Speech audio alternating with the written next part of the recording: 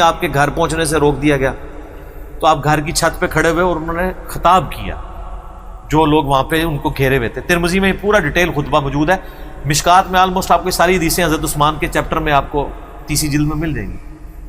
تو ان کا لوگوں میں تمہیں اللہ کی قسم دیتا ہوں اور اسلام کا واسطہ دے کے پوچھتا ہوں، کیا تمہیں یاد نہیں ہے کہ نبی علیہ السلام جب مدینہ شریف ہجرت کر کے آئے تھے تو مسلمانوں کے لیے میٹھے پانی کا کنواں نہیں تھا، اور نبی علیہ السلام نے کہا تھا کہ کون ہے کہ جو کنواں لے کر وقف کرے اور جنت میں سے بہتر کنواں لے لے. تو میں نے اپنے حلال مال سے وہ کنواں خرید کے وقف کیا تھا. تو سب نے کہا کہ ہم گواہی دیتے ہیں کہ آپ کے لیے بشارت تھی. کون گواہی دے رہے ہیں؟ جو مخالفین ہیں، پروٹیسٹ کرنے آئے ہیں. اس سے یہ بات پتہ چلی کہ وہ لوگ تھے جن کو یہ باتیں پتہ تھی. پھر سیدنا عثمان نے کہا کہ تمہیں یہ یاد نہیں ہے کہ مسجد نبوی کی توسیع کی باری آئی تو نبی علیہ السلام نے فرمایا کون ہے جو مسجد نبوی کے لیے زمین لے کے وقف کرے توسیع کے لیے کہ جنت میں اس سے بہتر اسے اللہ تعالیٰ قطع عطا فرمائے. تو میں نے اپنے مال میں سے وقف کیا تھا اور مجھے جنت کی بشارت ملی. کہا جی بالکل ایسا. پھر ان کا جو جیش العسرہ تھا، تنگی والا جہاد، یعنی تبوک، جہاں پہ جہاد فرض ہو گیا تھا ہر مسلمان کیونکہ رومن امپائر سے ٹکرانا تھا. تو نبی علیہ السلام نے جب چندے کی اپیل کی تھی تو میں نے 1000 دینار نبی علیہ السلام کی جھولی میں ڈرا کے ڈالے تھے، اور نبی علیہ السلام اپنے مبارک ہاتھوں سے یوں ان کو الٹ پلٹ کرتے تھے اور کہتے تھے عثمان جنتی آج کے بعد جو مرضی کرے. تو انہوں نے کہا کہ ہم گواہی دیتے ہیں. سر یہ 1000 دینار آپ کیا سمجھ رہے ہیں کتنی رقم ہوگی؟ کیلکولیٹ کر کے دیکھیے گا.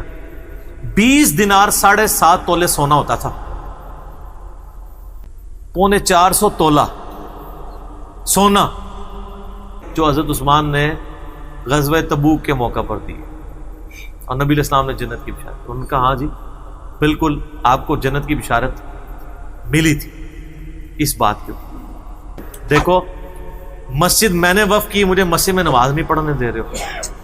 کنواں میں نے لے کے دیا اور مجھے میٹھا پانی نہیں، مجھے کڑوا پانی پینا پڑتا ہے، مجھے تم پانی تک نہیں جانے دے رہے ہو، اور تم مان بھی رہے ہو ان چیزوں میں مجھے جنت کی بشارت ملی ہوئی ہے. کہ وہ کہتے ہیں کہ حضرت یہ باتیں ساری صحیح ہیں لیکن اب آپ بدل چکے ہیں. نہیں، وہ جس طرح ہمیں بھی کہتے ہیں کہ حضرت باتیں تو آپ کی ٹھیک ہیں لیکن کے بعد پھر اس طرح کی باتیں شروع ہو جاتی. تو یعنی بدقسمتی جب کسی پہ چھائی ہو. ورنہ دیکھیں ایک شخص جس کی 82 سال عمر ہے اور اس کی زندگی پوری قربانیوں سے تعبیر بھری پڑی ہوئی ہے، کہیں بشری تقاضے کے تحت کوئی مسئلہ مس ہینڈل تو اس سے ضرور ہو سکتا ہے، لیکن آپ اس کی نیت کے اوپر یا اوورآل پوری زندگی کو تو زیرو سے ملٹیپلائی نہیں کر سکتے. ہم مسلمانوں کے ہاں ایک چیز رناؤنڈ بھی ہے نا کہ اگر اللہ تعالیٰ کسی کو دولت دے تو پھر حضرت عثمان غنی رضی اللہ تعالیٰ عنہ والا جگرا بھی تھے کہ وہ اتنی زیادہ دولت اللہ تعالیٰ کی راہ میں قربان بھی بندہ کر سکے. کہنا تو آسان ہے لیکن بڑا مشکل کام ہے، بہت مشکل کام ہے.